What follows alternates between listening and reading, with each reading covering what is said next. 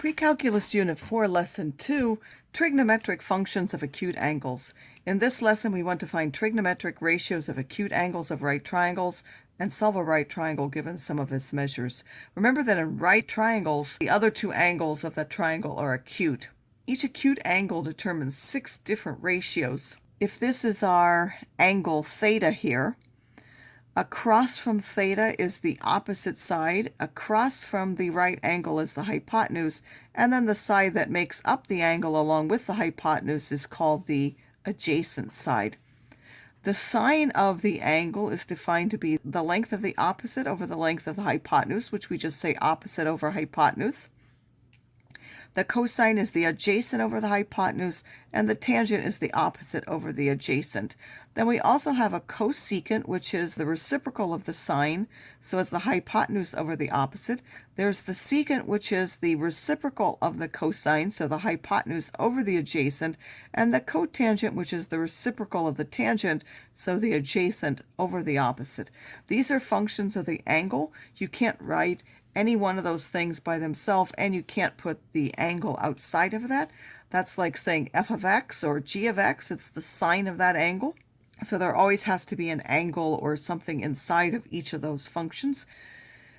There are several triangles that you should memorize or recognize values for. You should know, of course, there are 3, 4, and 5 make up a right triangle, and 5, 12, and 13, and all of those similar to that, meaning any multiple of those, that those are right triangles. You should recognize those values. You should also know the ones for 45, 45, 90, which are now pi over 4, pi over 4, and pi over 2. The sine of 45 is 1 over the square root of 2, or the square root of 2 over 2, because the sides are in a basic ratio of 1, 1, and the square root of 2. The cosine is the same, 1 over the square root of 2. The tangent is 1 over 1, so that's just 1. Then the cosecant of 45 is the reciprocal of that, so that's the square root of 2, and the secant is the square root of 2. The cotangent is also 1. This is a right isosceles triangle, and that's why the sine and the cosine are the same, the secant and the cosecant are the same, and the tangent and the cotangent are the same.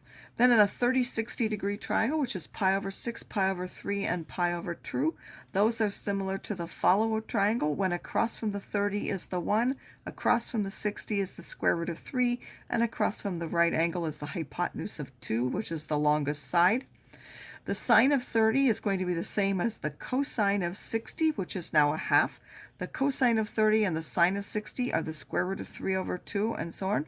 You don't need to memorize these values, but you do need to have the triangles memorized, that 45, 45, 90 is 1, 1, the square root of 2, and the 30, 60, 91, across from the 30 is the 1, across from the 60 is the square root of 3, and the hypotenuse is 2, and from those you can easily get the trigonometric ratios for those, because we're going to use these triangles repeatedly for a variety of different things. The property, if you know one trigonometric ratio in a right triangle, you can find all of the rest of them. So if we have a right triangle in which we know the sine of theta is equal to 3 over 7, then we can draw a representation of that. So here is the angle theta, that's 3 over 7. We can find the missing side by the Pythagorean theorem. So this would be the square root of 7 squared minus 3 squared, which would give us 2 square roots of 10.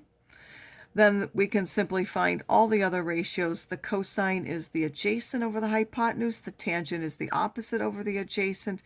The secant is going to be the hypotenuse over the adjacent. The cosecant will be the hypotenuse over the opposite, and then the cotangent is the adjacent over this, or you can simply take them as the reciprocals of the other. So the cosecant is the reciprocal of the sine, the cotangent of the tangent, and the secant of the cosine.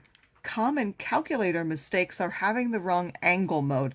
So make sure that if you are using degrees, you have your mode set to degrees. If you are working in radians, the mode is set to radians. For the Texas Instrument, that's done under mode. Mine is currently set to radians. If I want to go to degrees, I move down to there, put degrees, and push enter, and that will change it to degrees. If I want to go back to radians, I would simply put enter, and so on. So make sure that it's always set to the right mode. For the Casio, it's something similar. One clue that you're not in the right mode is that you have an acute angle and you're getting a negative value, or you get something that wildly doesn't make sense. please make sure that you've got your calculator in the correct mode for the question you're doing. If you're working in degrees, it needs to be set in degrees. If you're given things in radians, you need to have it set to radians. Incorrectly finding these three things as reciprocal functions. They're reciprocal functions, not inverse functions, so don't use the inverse. It's this sign over 1 over to the -1 or 1 over the sign, so you could use the reciprocal button but not the inverse function.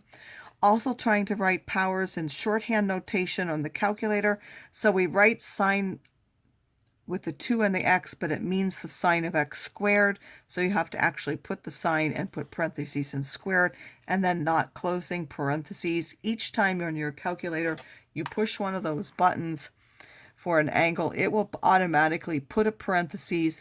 You have to remember when you're done with what's inside to make sure you've closed that parentheses at the end. Solving a triangle means using some parts of a triangle to find the others, and that includes all three sides and all three angle measures.